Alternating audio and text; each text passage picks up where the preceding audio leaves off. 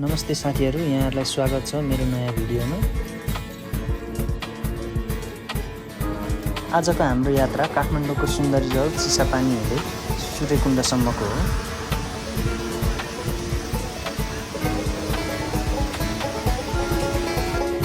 यात्राको first day हामी चिसापानी हुँदै चिप्लिङसम्म पुग्नेछौँ।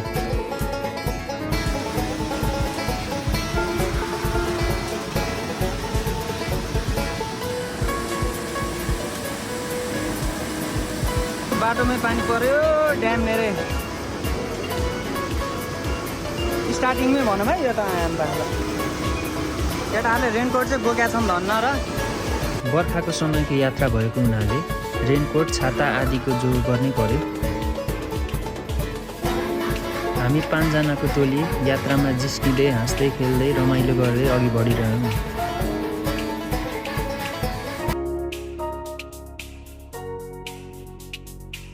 गर्मीको मौसम भए पनि आकाशबाट पानी परेको हुनाले मौसम चिसो नै थियो। पहाडको यात्रा भएकाले बाटोमा जङ्गल चरिरहेका गाईबस्तु हेर्दै हामी अघि बढ्यौँ।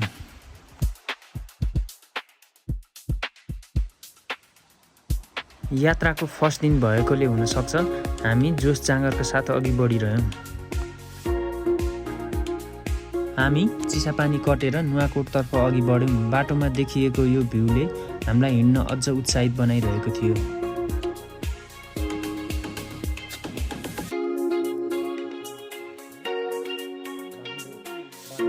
आजको दिन हामीलाई बास बस्न चिप्लिङसम्म पुग्नै पर्ने भएको हुनाले अँध्यारोमा पनि हामी अघि बढिरह्यौँ। छाया मात्र देखाएको छ। को यो? साथीहरू यस्तै छ हाम्रो चाहिँ है। आजको सेड्युल अलिकति त्यस्तो हो।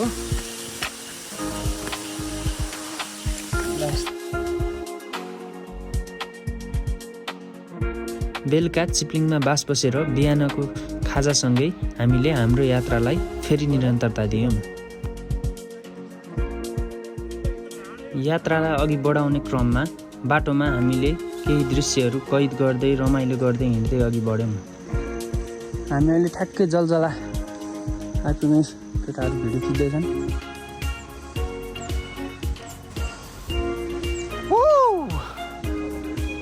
यो चाहिँ बवाल रहेछ। बादल पछाडिको मुभमेन्ट हेर्नु।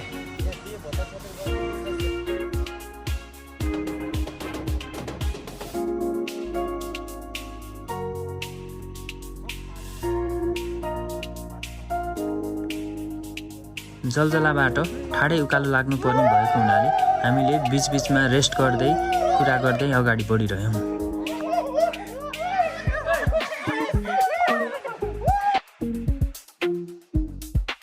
प्रकृतिको यो रमणीय ठाउँमा हामीले केही बेर नाच्दै उफ्रिँदै क्यामेरामा कैद गर्दै अगाडि बढिरह्यौँ। यति क्लिन छ है। अब नै पछाडि जाँदा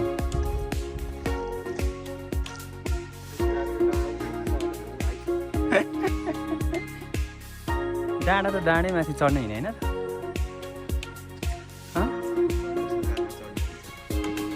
कतिसम्म केही बेरको रमणीय यात्रापछि हामी सुन्दर बस्ती कुटुमसाङ्गु पुग्यौँ।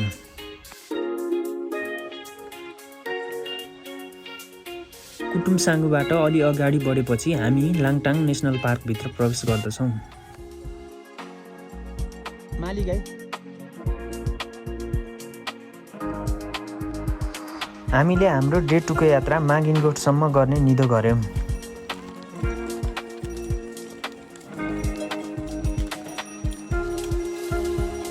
मागिनगोठबाट चिया नास्ता खाएपछि हाम्रो डे 3 को यात्रा सुरु भयो। मागिनगोठबाट 2-3 घन्टाको यात्रापछि हामी ठाडेपाटी पुग्यौँ।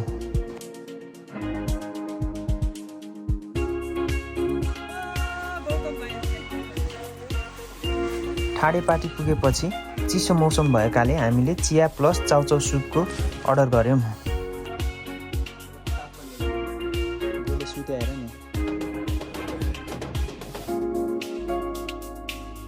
हिँडाइको थकान र भोक लागेको हुनाले हामीलाई यो चाउचाउ सुप एकदमै वरदान साबित भयो।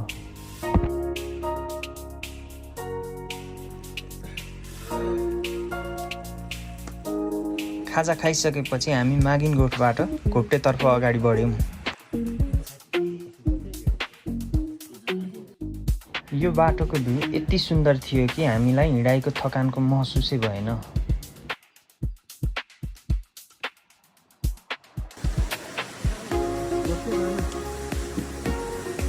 2 घन्टाको हिँडाइपछि हामी घोप्टे पुग्यौँ र घोप्टेमा एकछिन थकाइ मार्यौँ। पहाडहरू यस्तो छ।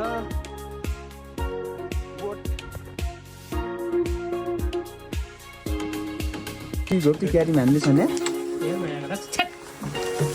अब यसले के हान्छ अरे गोले? के हान्छ भन्न? होइन केटा हो।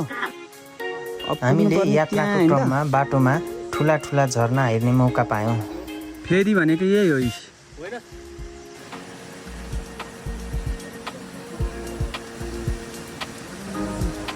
डे 4 मा हामी फेरीबाट हाइक्याम्पतर्फ उकालो लाग्यौँ।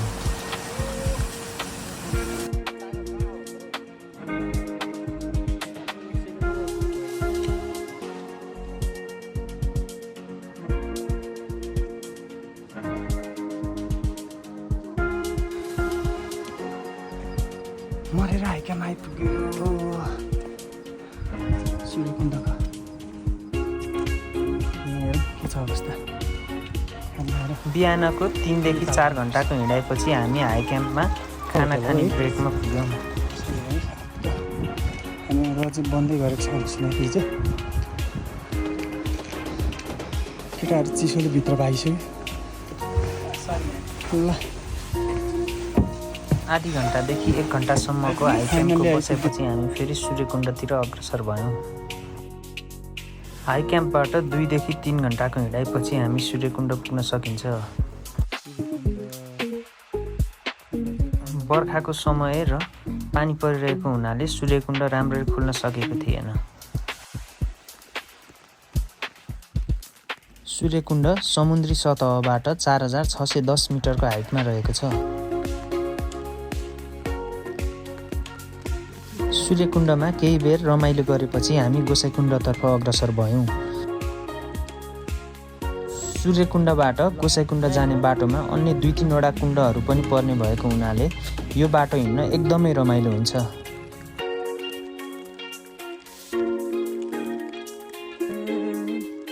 बर्खाको समय भएकाले हामीले यहाँहरूलाई यहाँको सम्पूर्ण भिडियो खिचेर देखाउन सकेनौँ। हामी सूर्यकुण्डबाट गोसाइकुण्ड फर्किने क्रममा फेरि पनि पानी रोकेर उज्यालो मौसम भइसकेको थियो।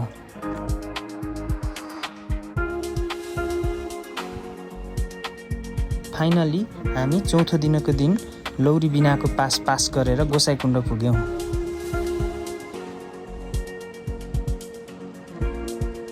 गोसाइकुण्ड सँगसँगै गोसाइकुण्डको छेउमै रहेको भैरवकुण्ड पनि हेर्न एकदमै रमाइलो छ।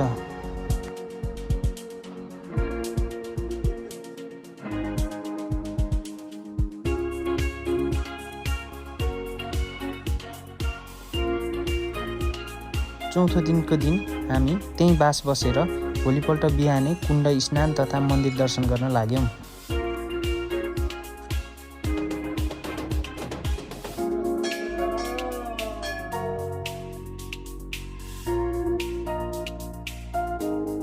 यसका साथसाथै हाम्रो 5 दिनको यात्रा यहीँ समाप्त भयो।